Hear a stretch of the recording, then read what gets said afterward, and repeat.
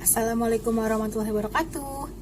Perkenalkan, nama saya Salsabila Mutiara Danti dari kelas Psikologi 20A dengan nomor induk mahasiswa 0603520027. Di sini saya akan menjelaskan materi tentang psikologi humanistik dan salah satu tokohnya yaitu Gordon Allport.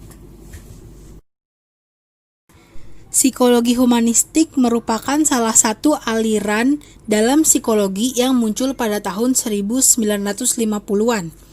Dengan akar pemikiran dari kalangan eksistensialisme yang berkembang pada abad pertengahan. Psikologi humanistik atau disebut juga dengan nama psikologi kemanusiaan adalah suatu pendekatan yang multifaset terhadap pengalaman dan tingkah laku manusia, yang memusatkan perhatian pada keunikan dan aktualisasi diri manusia.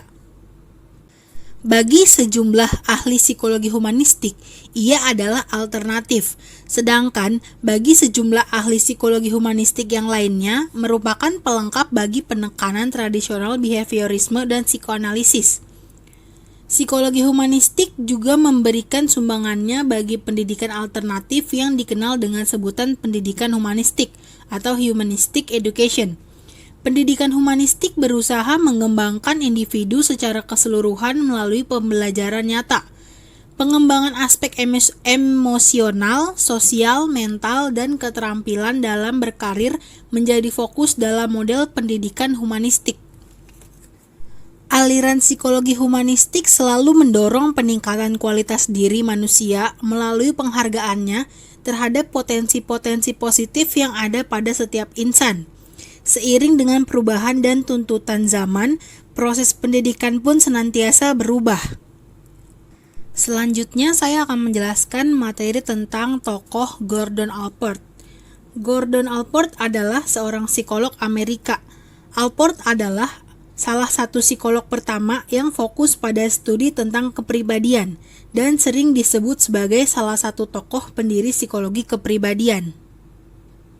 Kepribadian manusia menurut Allport adalah organisasi yang dinamis dari sistem psikofisik dalam individu, yang turut menentukan cara-caranya yang unik atau khas dalam menyesuaikan diri dengan lingkungannya.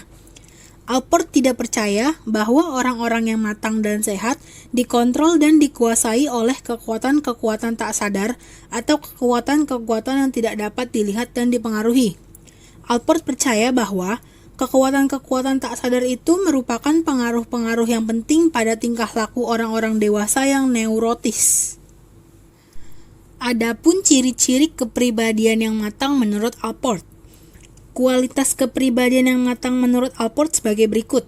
Yang pertama, extensive sense of self adalah kemampuan berpartisipasi dan menikmati kegiatan dalam jangkauan yang luas, kemampuan diri dan minat-minatnya dengan orang lain, kemampuan merencanakan masa depan dengan penuh harapan dan rencana, kemampuan mengerjakan sesuatu dengan aktif. Yang kedua, hubungan hangat atau akrab dengan orang lain adalah kapasitas intimasi atau hubungan kasih dengan keluarga dan teman, dan compassion atau pengungkapan hubungan yang penuh hormat dan menghargai dengan setiap orang atau suatu pemahaman tentang kondisi dasar manusia dan perasaan kekeluargaan dengan semua bangsa. Yang ketiga itu ada penerimaan diri atau keamanan emosional, adalah kemampuan untuk mengatasi reaksi berlebihan dalam hal-hal yang menyinggung dorongan khusus dan menghadapi rasa frustasi, kontrol diri, atau dapat mengontrol emosi mereka, perasaan proporsional. Yang keempat ada pandangan-pandangan realistis, keahlian, dan penugasan, adalah kemampuan memandang orang lain, objek, dan situasi. Mereka memandang dunia mereka secara objektif dan menerima realitas sebagaimana adanya. Yang kelima, keterampilan-keterampilan dan tugas-tugas adalah kapasitas dan minat dalam penyelesaian masalah, memiliki keahlian serta tanggung jawab penuh dalam penyelesaian tugas yang dipilih, mengatasi berbagai persoalan tanpa panik, memiliki dedikasi dan komitmen yang kuat dalam penyelesaian tugas dan keterampilan tersebut. Yang keenam, objektifikasi dari insight dan humor adalah kemampuan diri untuk objektif dan memahami tentang diri dan orang lain. Orang yang sehat adalah yang terbuka pada pendapat orang lain, memiliki pandangan yang positif dan memiliki wawasan diri yang tinggi terhadap dirinya dalam merumuskan suatu gambaran yang objektif.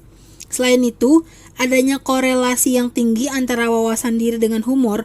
Humor tidak sekedar menikmati dan tertawa, tapi juga mampu menghubungkan secara positif pada saat yang sama pada keganjilan dan absurditas diri dan orang lain. Dan yang ketujuh ada filsafat hidup. Orang yang sehat melihat ke depan, didorong oleh tujuan-tujuan dan rencana jangka panjang. Maka daripada itu dibutuhkannya suatu nilai-nilai dan suara hati yang kuat untuk dapat mencapai semuanya itu. Terima kasih untuk semuanya yang sudah menonton, kurang lebihnya mohon maaf, dan semoga materi ini bisa bermanfaat untuk kita semua. Assalamualaikum warahmatullahi wabarakatuh.